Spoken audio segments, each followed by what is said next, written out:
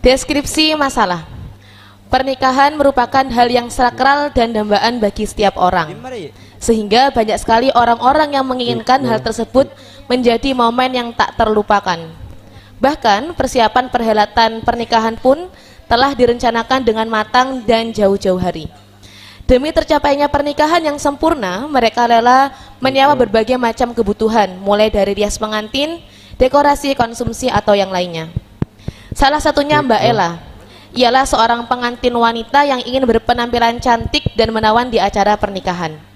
Hal ini menjadikan ia harus dirias mulai pagi hari hingga sore hari, sehingga tidak memungkinkan untuk melakukan sholat tepat pada waktunya. Sebab tidak memungkinkan untuk bersuci dengan kondisi masih memakai make up. Selain itu, rias pengantin yang digunakan oleh Mbak Ella ialah seorang laki-laki.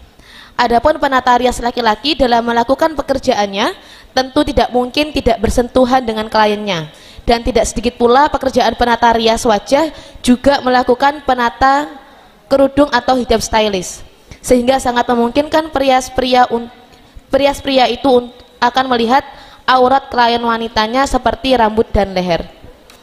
Dari kami niki mengatakan tidak diperbolehkan, bahkan meskipun tidak ada fitnahnya. Karena dari kami sendiri ngeten nggih, kalau ini nanti menyebut masalah fitnah, maka seakan-akan fitnah di sini niku menjadi ilat, yang mana kalau ilatnya hilang berarti boleh. Sementara dari kami, pokoknya dia lahir cowok, meskipun nanti nggak ada fitnah dan lain-lain, dia niki tetap dihukumi haram untuk menyentuh, apalagi melihat. Ngoten. Nah, niki kebalik, melihat apalagi menyentuh. Nah, termasuknya adalah bahkan kalaupun laki-lakinya niki adalah laki-laki yang tua ataupun laki-laki yang dikebiri dan semacamnya niki tetap kami hukumi haram. Niki mungkin langsung dibacakan ibaratnya. Bismillahirrahmanirrahim. Wa yahrumuna dzuru fahlin wa khasiyin wa mahbubin wa khuntha idh huwa ma'an nisa'i karajulin wa aksuhu fayahrumu nadzuruhu lahuma wa nadzuruhuma lahu ihtiyatan ila akhiri ila anqal walau syaikhahuma wa mukhannathan wa huwa al-mutasyabbihu bin nisa'i aqilin mukhtarin. Jadi memang konsep Syafi'iyah niku ketika seseorang niku lahir sebagai orang yang bergender laki-laki, maka sama sekali tidak boleh untuk menyentuh ataupun melihat melihat ataupun menyentuh kepada seorang perempuan. Lah niku nanti jadi ilatnya Syafi'iyah niku alasannya sama sekali tidak memandang apakah ada syahwat apa enggak, fitnah apa enggak, tapi benar-benar menutup potensi. Karena karena selama seseorang niku masih lahir sebagai seorang laki-laki, niku dianggapnya tetap ada potensi untuk syahwat, atau tetap ada potensi untuk fitnah atau syahwat kepada perempuan ketika masuk dan nadru.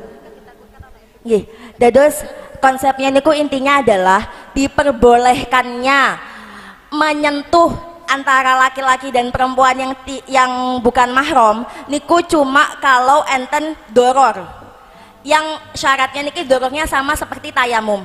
Kalau andaikan tidak menyebabkan doror, napa meleh dalam deskripsi niki sangat memenuhi banget ya, udah bukan doror, masih bisa cari yang cewek dan lain-lain, napa meleh kelihatan auratnya sampai ke leher, mboten cuma wajah dan tangan, niku sudah sangat memenuhi persyaratan niki diharamkan.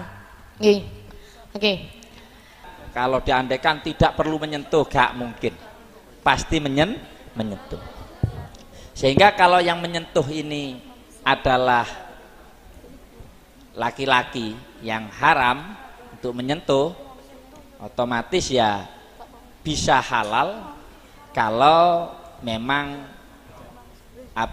situasinya ini darurat atau hajat ya. Darurat atau hajat digambarkan adalah seperti tadawi, kan begitu ya. Tadawi itu yang darurat dan hajat. Muamalah saja kan ya sekedar melihat. Lah kasus kita ini kita posisikan sudah taraf hajat atau sekedar zina. Zina ya.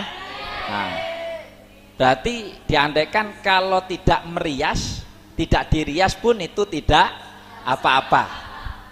Begini, Jadi kita memposisikan ini kan, yang bisa menghalalkan perkara yang haram itu kan minimal hajat, kan begitu. Kan tarafnya kan ada darurat, ada hajat, ada zina, ya, tazayun. Kalau yang memperbolehkan ad-darurat tubiul mahdurat, di sana kan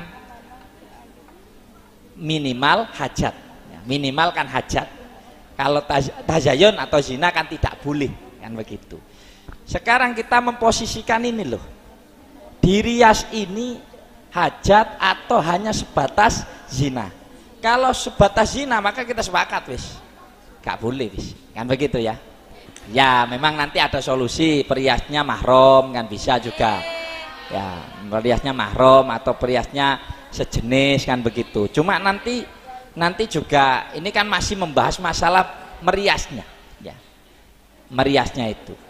Cuma ya ini sekedar gambaran saja, tapi kalau bahasanya itu kita yang paling apa ya, mendekati ibarat dan terus kemudian ya paling hati-hati kan kuat, ya memang haram itu.